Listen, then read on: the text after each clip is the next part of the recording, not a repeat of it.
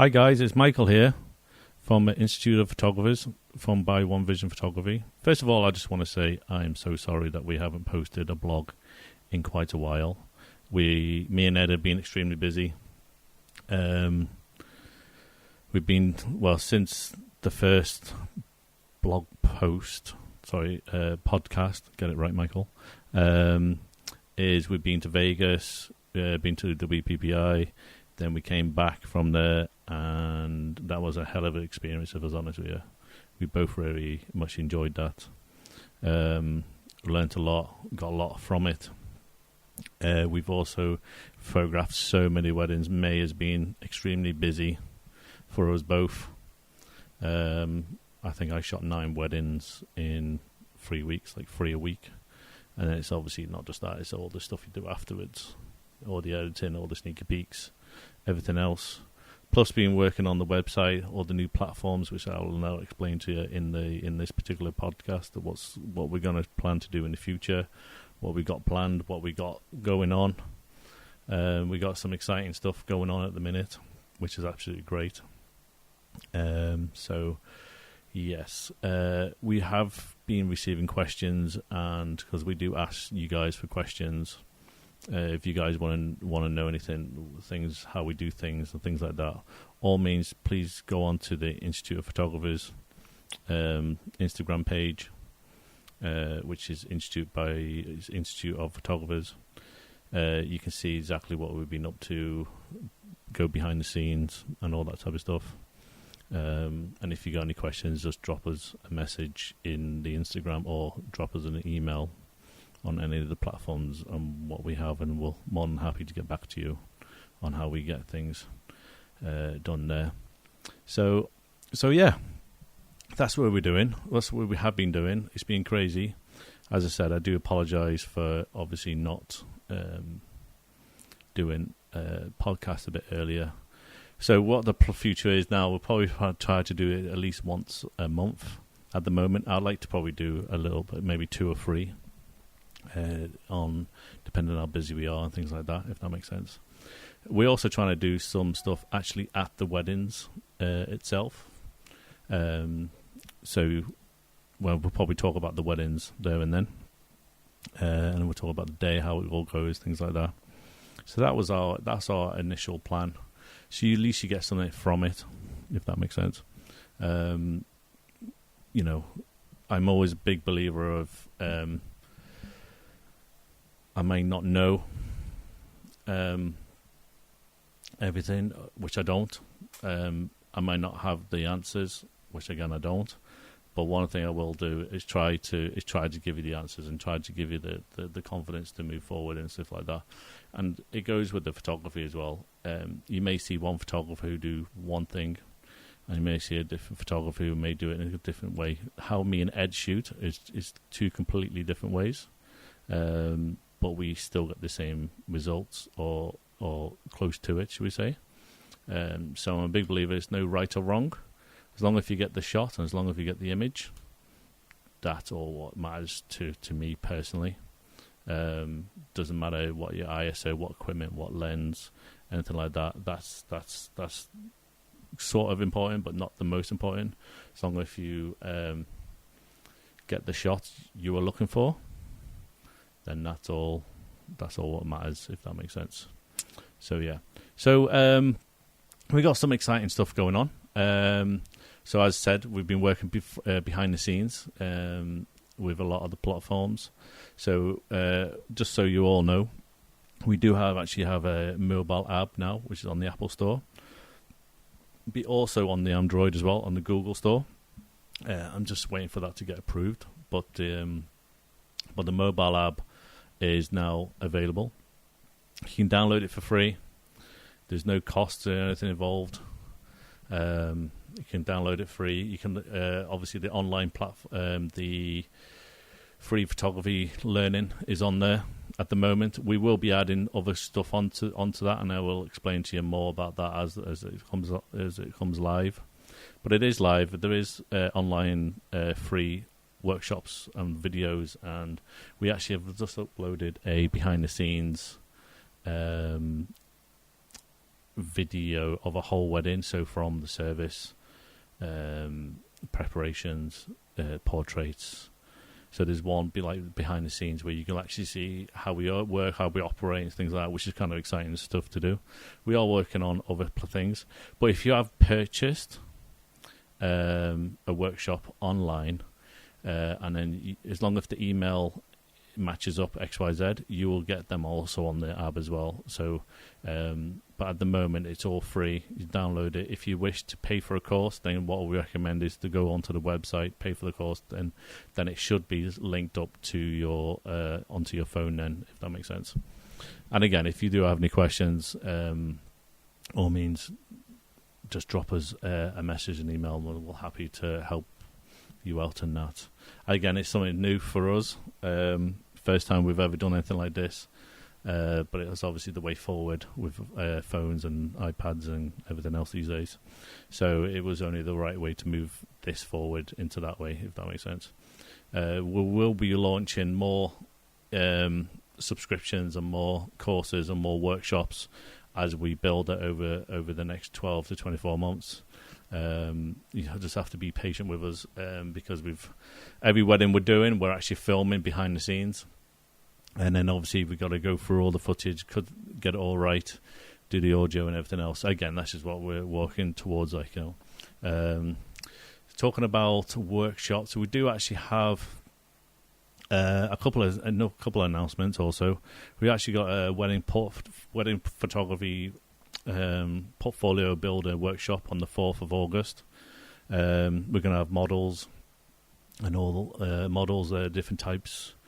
If you're looking to build a portfolio, we'll be probably talking about posing, angles, composition, off-camera flash. But most importantly, the whole purpose of it is for you to get to build your portfolio, grow as a photographer. Again, if you get one piece of extra information from it, then it's a workshop well done. At the moment, there's a 50% off all the workshops online and also in person. It's just, I think the code is MEM50. Again, that's MEM50. If you type that code into any of the workshops, the checkout, you get the 50% off automatically. That's on that's something that's kind of exciting. I'm looking forward to that, actually. Again, that's going to be filmed as well. We're going to be filming the whole of that. So that's something exciting, which will be coming very soon. And that'll be on the 4th of August this year. So again, if you want to sign up, go to the website, put in your details, and the rest and then you'll be on the course. All the courses we do in person are all limited. So we limited to about 5, only because then we want to talk. I don't want 20, 30, 40, 50 people in the classroom. It just doesn't. Me and Ed always like to have hands-on. Give you the best, chat to individually, see what you want out of it, and then we can kind of approach it. Obviously, with different types of models, different type of dresses. So obviously, we'll work or show you how to pose in individuals if they're kind of should we say, a larger build or smaller build, a larger build in both sides. So it's about getting the various different types of builds and then knowing how to pose them. I don't like to use the word posing, if I was completely honest with you. I like to use the directing, which I explain that to all my clients. I don't pose, I direct, because you don't want to look like crap, but you also don't want to be posed. So it's like, so it's about knowing how to achieve that in a way where they feel comfortable. And that's the way how I shoot weddings, is have a laugh with the clients, make them look like the bee's knees, but making them relaxed as well, and then by directing them on how to get the best out of them, if that makes sense. So yeah, that's on the 4th of August, all day. So I'm happy for anyone to sign up. If you do lose out, there's another one on top of my head on the 25th of August. Again, all the dates are online and things like that. So all means just go onto the website and then go from there. Like, you know what I mean. But if you do have any questions or anything like that, then please let me know, and then we'll go from there. We also have we also started something that's called a Real Wedding workshop. This is where you have an opportunity to actually come to a real wedding. We offer this now. Again, this is 50% off. Use the same code, all that type of stuff. So again, that's absolutely fine. A real wedding. If you're new to the industry, if you want to grow, if you're being a photographer and just want to have a different outlook and a different perspective, again, there's no right or wrong way of doing it. So we offer this to a limited amount of weddings across the year. We shoot on average between 50 and 70 weddings a year, which is, I know it's crazy. So sorry about that. I just had some technical issues with my device, so I am now back. I do apologise for that. I can't remember what we were talking about, if I was completely honest with you. Real weddings. We do have a new real wedding workshop courses where you can come to a real wedding with real brides, real couples. You'll see behind the scenes how we actually do things in real life. It gives you a great opportunity to see firsthand how we do all the group shots, how we do interact with everyone. This is kind of incredible because even at any workshop, you can't reenact that, should we say. You can't see it first time. You can't reenact it, should we say. At least when we're actually at a wedding, how we interact with them, how we direct the couples, and everything else. That's personally, it's been a lot of people do ask us about this workshop, so now we're offering it to a wider audience. Obviously, we do film behind the scenes as much as we can, but you can't actually be in there. You will get first-hand experience, should we say. And obviously when they sit down for the wedding breakfast, you can ask me and Ed as many questions as you like. How we what's this? We'll go through some of the images you've taken. Again, you can use them for any of your personal use. Or what we do ask is obviously you just tag us in it and say thank you for inviting us, blah blah blah, etc. Again, it's very chilled, very relaxed, and hopefully you get a lot out of it straight from preparation. So it goes from preparation to the first dance. That's normally our working wedding day anyway. Save a song or two afterwards. But it gives you an opportunity to see firsthand how the minute we get to the bride's house or to where she's getting ready, right up to the first dance, how we photograph the first dance, how we approach that, and everything in between, from the portraits to the group shots to the bridal party. And just have fun with it all, if that makes complete sense. So that's kind of that's something new. Again, there's so many dates and so much information on there with that. So if you are interested in that, all means, please contact us. Please sign up. We'll then send you all the dates which are available, or if they're still available, and then we'll get you booked onto that. Again, that's something which you can. You do have an opportunity to learn firsthand on that, if that makes sense. And as I said, obviously we do offer straight after that particular course, we go through some of your images and things like that to see what you can improve on and things like that. We had someone last week who came on one. They were just very static and things like that. So I was like, why don't you go low, go different angles, shoot through trees and things like that. And the next minute she was like, she was noticing what we were doing, and then she was doing the same. Then and automatically she noticed improvement in some of the images and things like that type of thing. And actually, just knowing the camera, if I was honest with you, because some of the questions, she had a new camera, she hasn't really used it that particularly much, but just changing a few settings on the camera, things like that, she found a lot easier afterwards as well. Again, it's no right or wrong. Obviously, I'm a Nikon user. Ed's a Sony user. The lady who came over, she was a Canon. She had a new Canon R6, if I remember rightly.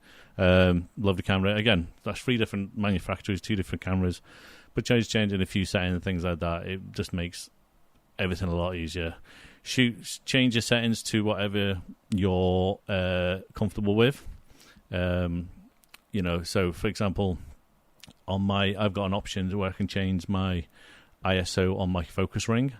So I don't use my focus ring for focusing, obviously. I use it for my ISO, because when you go from in and out outside of church, I want to change my ISO from like 3200, for example, and I want to shoot it right bang, because it might be like really dark in the church, but then maybe mega light, especially in the summer with all this different light at the minute.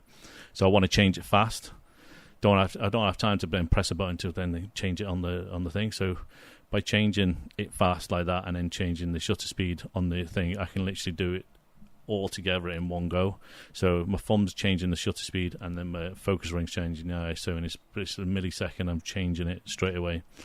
Just change it to where you feel comfortable. Again, that's just one aspect of what I personally do. Again, it doesn't make it right or wrong, but that's how I shoot it. That's my settings. So always check your settings. Always make sure you got everything there, like, you know what I mean, and go from there, like, you know what I mean. So that's pretty much that for the minute. Again, if you do have any questions, all means just fire over emails to us on Instagram or WhatsApp messages or whatever floats your boat, really. You know what I mean? So yeah, go from there.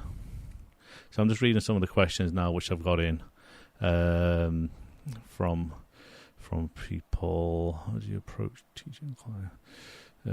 What was this?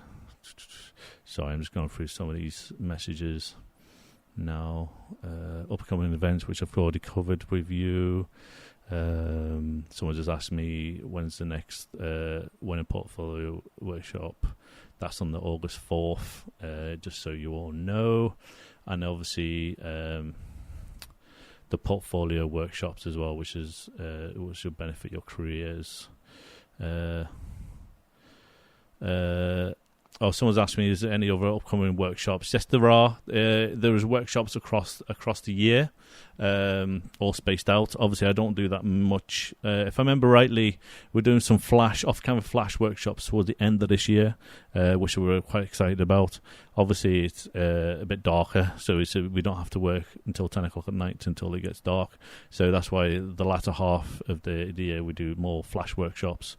The off-camera flash workshops, that just gives you another tool in your army. A lot of people don't like to use flash, and I understand that, but by going to this course, and obviously mirrorless cameras has changed the ball, changed the platform on that, if that makes sense, because you can see exactly what you're doing, really. So no matter how you set up a shot to actually then use the flash, and you're using like grids or brollies or softboxes or anything like that, again, we will have all them there. Again, we've got different types of... So, obviously, I use ProPhoto. Edge uses Godox. So, obviously, two different light sources, two different type of companies, again. But then, you know, so if you are interested in either one of them companies, again, we can kind of show you how to use them properly and get the best out of it. And things like that, really, if that makes sense. Someone's asked, what advice would you give someone just starting out in wedding photography? Good question, actually. So people always say it's down equipment XYZ. What it isn't is as long as you've got an eye and you're interested in wedding photography.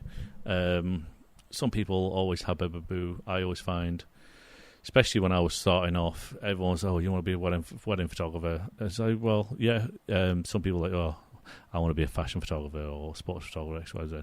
The thing is, with wedding photography, I find you do a bit of everything, if that makes sense. So you do product photography, you do portraits, you do fashion. Everything is in one aspect in weddings, shall we say. So I can't see that. If someone's starting off, what I would personally, my biggest tip, don't overshoot. What I basically mean by that, don't put your finger down and just like take 50 shots and things like that of the same shot. Just take your time. I can't explain. Just take your time. Direct the couple to what you want. If it takes that extra millisecond to get the shot right on the camera and get the clients comfortable, then it's worth doing.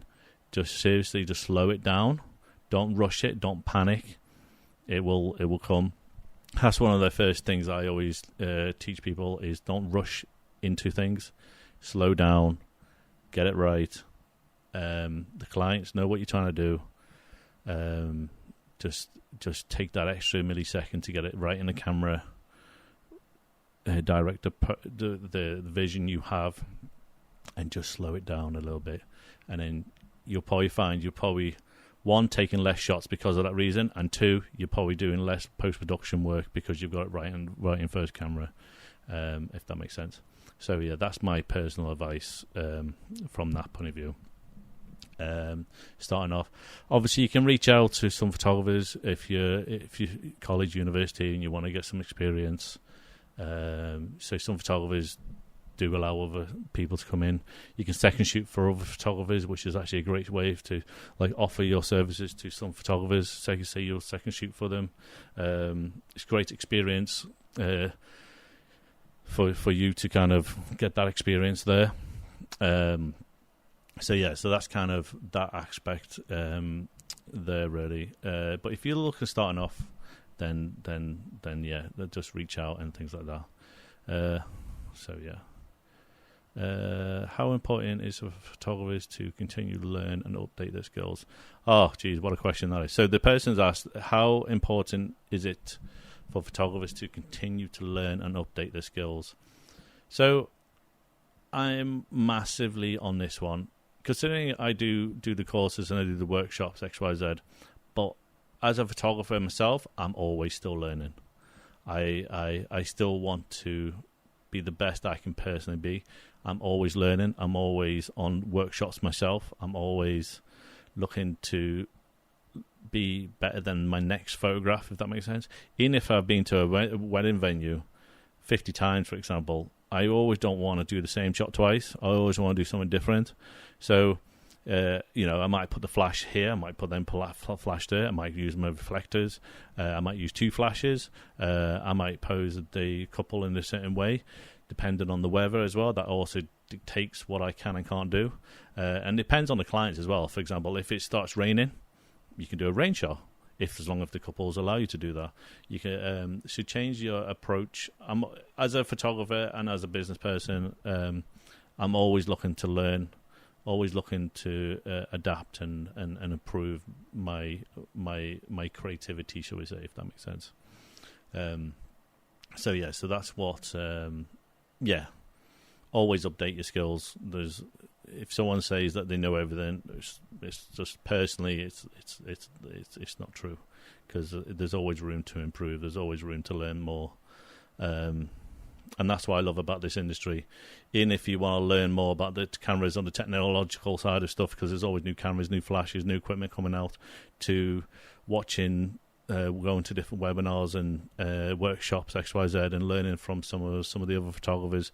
As I said, even if you get one aspect from one of them seminars or workshops, in my eyes, it was well done. Me and Ed talking about that. Me and Ed did the wedding masters in the WPPI, and we were there all day, and we'll talks from some photographers all day. From I think it was like 5 or 6 different photographers. I think off the top of my head. People have been doing it in the industry for many, many years, like, you know what I mean? And each talk we've got at least from one talk we were like, oh well, this is we got one thing from it, like, you know what I mean? Which was very useful, you know what I mean? And again, if you come to some of the workshops and programs we're building and stuff like that, you get to know them a little bit more. But yeah, so. Even that's one reason why I went to Vegas, if I was honest with you, is to just learn and adapt. And people obviously did take the mick out of us, you're going to Vegas for a work trip? Yeah, right, whatever. But it was generally like a proper work trip. It was, we got a lot out of it, if I was completely honest with you. So always learn, always adapt, always get creative, and then always grow yourself, if that makes sense. So even if you've been doing it for 20, 10, 15, whatever amount of years, there's always more to be learned. There's always more to be to do, like, you know what I mean? What are some common mistakes you see new photographers make, and how can they avoid them? Oof. That's the question I have. There's no such thing as a mistake. There's no right or wrong. That's my personal opinion. it's everyone shoots for a particular reason. Some people, so I can only say for myself, I won't say there's the thing. So, for example, if you know me personally, I use a fixed lenses, so I use a 85 and a 35mm lenses. So from my own personal experience, obviously I had the 24-70, 2.8 and all that type of stuff, and then I was using a zoom. So instead of physically moving, I was zooming in. I was one of them photographers.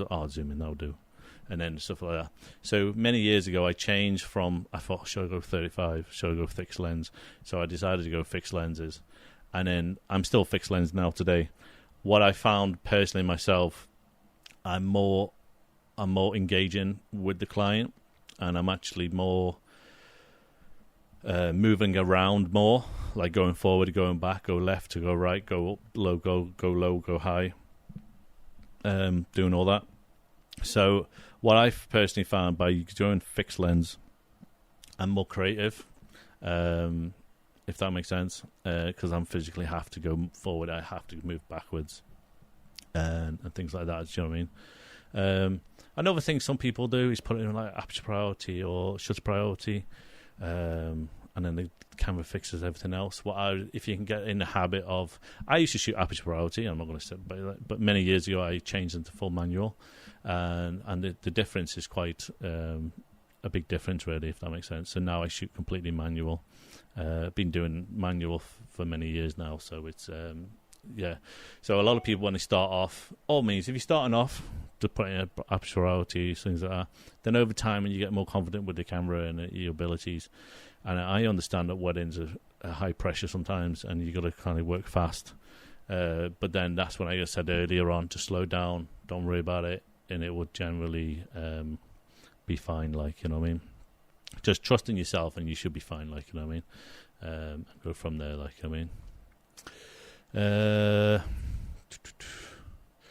What else? What else?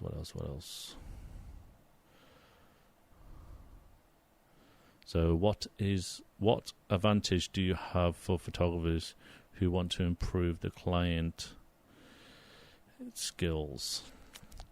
Do you know what, guys? If I was honest with you, if you're looking for clients, it's so important to kind of have a laugh with all your clients, if I was honest with you. Even at weddings, we have such a laugh with our clients. I mean, May, for example, was probably some of the relaxed couples we've actually photographed in a very long time, and I can't explain it more. I mean, every single one of them was just awesome. We had such a laugh. They were so relaxed, so chilled, and they trusted us to photograph exactly how they wanted from it, if that makes sense. So again, just trusting yourself. Slow down, have a laugh with the client. Don't be so everything. I'm a big believer is like it will get done, so don't push it. Just if they want 10 minutes, give them 10 minutes. Do you know what I mean? Just trust in your process and trust in yourself, and then you will get the shots you needed, if that makes sense. Some photographers are like, I want to get everything done now, but then you're pushing it too much. Just slow it down. And if they want 10 minutes themselves, go 10 minutes. Because trust me, if you force it, and then the next minute they were like, I don't want to do these, and it will show on the photographs. You're like, I don't want to do this. Do you know, especially with the bride or groom, whatever. Then they're like going, I don't want to do this. So just slow it down a little bit. If they want 10 minutes, give them 10 minutes, because I'd rather give them 10 minutes and then I have them for 20 minutes, and then I get awesome shots, and then it don't look like, and then also all for I can't get my words out. Then all of a sudden, then it looks like they want to be there and not be there, if that makes sense. So again, that's kind of important there, if that makes sense. So yeah, if they want to have 10 minutes, just give them 10 minutes. If you then come back to it afterwards, do you know what I mean? So that's probably another thing there. Someone said, for someone just starting out in wedding photography, what's essential gear you should recommend? I mean, some people have probably say not a lot of income or money wise, and some of these cameras and lenses and all that type of stuff do cost an arm and a leg. I'm not going to sit back and say it doesn't, because it does. It's not if obviously I've got a couple of bodies. I've got a backup body. I've got things like that, if that makes sense. Which also I would recommend doing just in case, because you just don't know. One body fails and then you've only got the one. It's like, what do I do?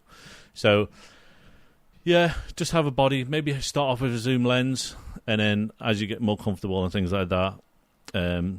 Sometimes if you've got a zoom lens, as I go back to, it's a great starting point. But then over time, maybe change it to fixed lens if you feel more comfortable with two bodies, X, Y, Z, and then build it slowly. Like, I mean, obviously flash if you feel comfortable with flash.